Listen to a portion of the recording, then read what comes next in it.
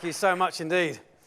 First things first, I am honored, flattered, excited, as well as a little petrified and nervous about being here today. I'm going to be talking about disrupting disruption. Why me? I wrote a book, as Christine said, and that book challenged convention. We said, let's look at the recruitment process from a marketing process. This had never been done before. So I have a history of actually challenging convention. So I want you to think about disruption. I want you to question it. I want you to think, are we using the right words? So I looked up the definition of disruption. The definition of disruption is simple. It says to prevent a process, a system, an activity from taking place in its usual fashion. I don't think, when it comes to the business side, we mean that, do we? Because that's a negative disruption. In business, we've managed to turn this around. We've managed to use disruption to be a positive thing. Because the business definition of disruption seems to be the change of an industry for the better. Be it more effective, efficient, progress. So my first question to you has to be, are we just using disruption as another word for innovation, creativity? And it goes on. I think a good example could be, when we look at this, is Dell. Now, when I tell you this example, you will think how dull, how normal, how everyday. But this is why disruption can be so fantastic. Because Dell one day said, before anybody else said it, we sell computers. Let's sell them online. Nobody else had done that. Fantastic. Now, with the business definition, we have two parts. We have industry changing, and we have a positive outcome. So that's what we've got to look for if we're looking at disruption, one would think. So I'm going to take you on a little journey, a timeline. I'm going to start in 1973 to look at disruption and ask you about what you think as we go through. 1973, I was 7 years old. And I did my homework, like most of us, using the electric light. But that year, 2 days per week, I was using candlelight. Now, one would say or ask, why was I using candlelight? This was because we had something called the Winter of Discontent in the United Kingdom. This was when the utility companies were on strike, the rubbish men were on strike, everything was on strike. In fact, we were pretty poor. It was awful. And we begged the IMF, the International Monetary Fund, for money. We also begged the EU to join. And we had a referendum, and we joined the EU. I think my political colors are coming out. So for me, this was a personal disruption. But of course, it was a national disruption too, because so many things were happening. So, again, I don't think that's what we mean by disruption. So what do we mean? 1935 to 1945. This is an interesting time. A little bit of jiggery-pokery going on in Europe at the time. Our friends over the channel, I'm being in England as opposed to being here in EDHEC at the moment, at Lille. Some of the friends over over on the other side of the channel, they were coming over a little bit uninvited, let's say that way. And they'd come in their planes and flying over and saying, hi, hi. We kind of felt we should go and greet them. And so what we did is we developed a thing called radar. And so we popped up, and when they were coming over, we thought, oh, well, now we can go and say hello and meet them. So we went and met them and went, hello. And off we popped. Radar. Question. Can you imagine life without radar? Can you imagine air travel now? It just wouldn't exist. But is this disruption in terms of what we mean by business disruption? I don't think so. I think this is innovation. I think this is necessity being the mother of invention. Okay? At the same time, there was a gentleman by the name of Schumpeter in 1942. He came up with this lovely theory, the gale of destruction. Here's a quick definition. I'm not going to read it. But the gale of destruction is quite interesting because he basically says in this that when one new era starts, the old one is destroyed. So if you take an example, the Bronze Age moving to the Iron Age, yes, the Bronze Age completely disappeared and was destroyed. And it wasn't because we ran out of bronze. It was very simply, we had a new raw material. And that's kind of what he was saying. It's a little like the potential new thing in terms of the digital printer. A lovely little example happened where NASA realized they didn't have this socket wrench, or as I would say, a spanner. And so what they had to do is they had to send a digital file up to the space station, which they then printed out the spanner. That's wow factor stuff, you know? That's going to be a whole new way of getting your goods to the market, potentially, okay? So, Bitcoin. We all know Bitcoin. What do we think of Bitcoin? Anybody? Is Bitcoin a currency? It's a digital currency, isn't it? Some people are saying yes, others are being shy and not saying a thing. So I'll carry on. Bitcoin, I find quite interesting because they say it's a digital currency, yet when I looked last, I had to use pounds, euros, yen, dollars to buy Bitcoins. I then couldn't purchase anything with this Bitcoin. I could only buy it as an investment.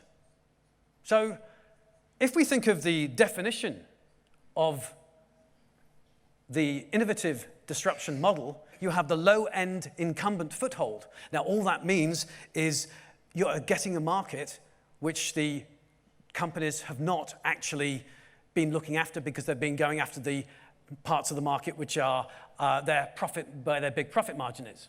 So that's a low incumbent foothold market. Now, Bitcoin doesn't do that, does it?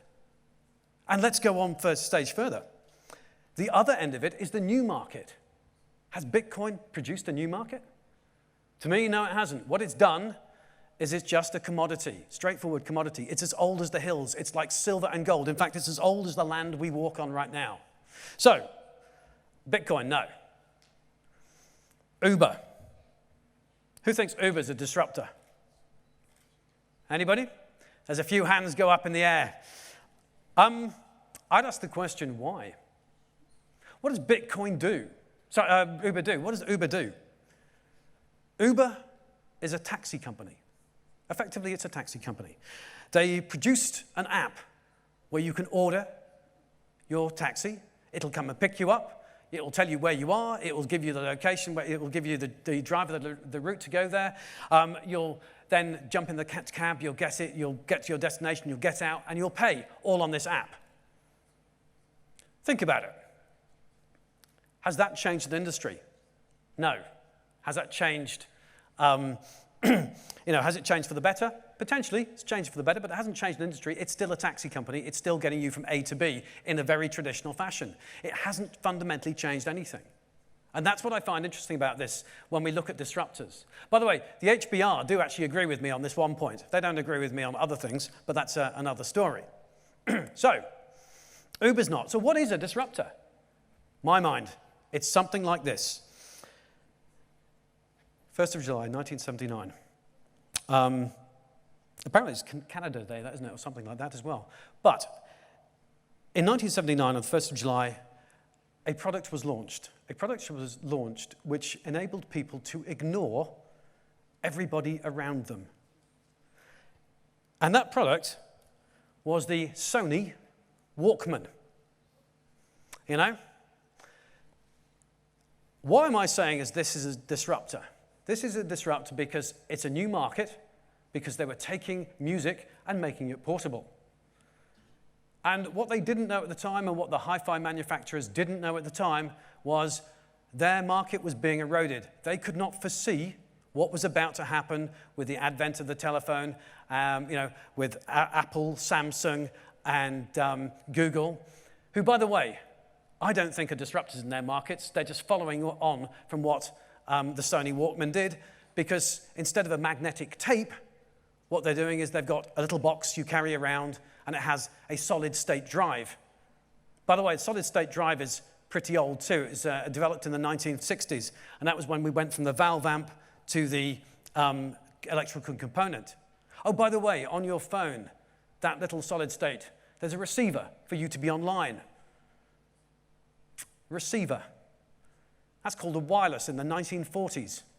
Nothing new there then. So the Sony Walkman, however, changed the way we socially behave. In fact, you've seen this as well, haven't you? You've seen it where an individual is on the tube, the metro, the subway, and they've got their headphones on, haven't they? They've got these headphones on. It's like da-da-da-da-da. And they think they can sing, don't they? And you hear it and you think, oh, God. And, so it goes something like this. Well, I haven't seen a face around town in a while, so I greeted you with a knowing smile when I saw that girl upon your arm, so you won your heart with a fatal charm. Say, soul man, what's with the frown? Say, hey, George, let's hit the town. And in return, all you could say was, hi, George, meet my fiancée. Now, I won't inflict any more of the Wham Young Guns on you, but that's what you hear all the time. So, yes, it's made a lasting legacy. It's kind of there, and we're going to be keeping it for a long time. What else? 1991. I think this is my favorite. I've got good enough here. This is the introduction of the lithium-ion rechargeable rocking chair technology battery. Sounds fun, doesn't it? But of course, ladies and gentlemen, could you imagine life without your lithium-ion rocking chair technology battery? What would you not have? You would not have your phone. You would not have your tablet. You would not have your laptop. You would not have your Wi-Fi. You would not have your social network. In fact, you wouldn't have communication. Imagine it. Could anybody imagine that? Now, a few of us, like myself, actually can imagine this because I'm old enough. One of the virtues of being old. But what we used to do in those days was we just used to turn up to meetings on time. Little dig there, I apologize, couldn't resist. Now, one of the things which I thought was interesting about this is the person who actually was leading the research was a guy called John Goodenough. John Goodenough. Do you think he was good enough? Because I don't. I think he was bloody brilliant. I mean, let's face it, all the things we could not have done and he's now enabled us to do. Absolutely superb. Okay. Going right up to date, 2018. I'm going to talk to you about a company which has not launched yet. It's a company which I believe kind of goes against the traditional view of disruption because it's actually aiming at the top end of the marketplace as opposed to the low end of the marketplace. The DRM, it stands for the Disruptor Recruitment Model. This is a model which is looking at changing the way MSCs and MBAs are recruited. It's going to get rid of the parasitic elements of the recruitment process, e.g., the headhunter and the recruitment agent. Because if you think about it, how many companies produce a product which they then don't sell? Places like TEDxEDHECBusinessSchool, what do? They produce this fantastic product, okay? And that product is going out there and is being snapped up by these fantastic large companies, everything from Apple to L'Oreal to Auchan to whoever. And EDHEC aren't getting paid for it. Wow. Wouldn't it be lovely if there's a model where EDHEC and the other business schools, accredited business schools, actually got the money for that? Now, this particular model actually is and will enable that to happen. I can't say any more about it at the moment because I've signed an NDA for that, and it's also my own company. And you'll hear about it much more later. Now, to sum up, disruption. Disrupting disruption. Does disruption exist? One could argue, or I will argue, no, it doesn't. It doesn't exist because it's continuous. It happened today. It happened yesterday. And it's going to carry on going and going. Now, the question I think which is more important, and after doing the research about this talk, I feel is the question we need to think about and we need to answer is the following. And that is, would there be a place for disruptors if the current big brands actually listened to you and you and you, oh, and me and everybody? I have my opinions of this. I'm not going to give you the answer, but I want you to think about that because I think that's the bigger question. So the thing I will share with you, it's a little motto I had from when I was a child, and it was because my father always used to tell me how I had to study, and I just said to him, being a smart little kid, I said to him, just because something's done in a particular way doesn't mean it's good or right. But I stand by that motto. I really do. And I think that's something we should all do. And we should challenge convention, challenge tradition, ultimately challenge the way things are done. By the way, a fantastic edX phrase. Go out there, just for you, Christine. Make an impact. Thank you very much indeed. Cheers.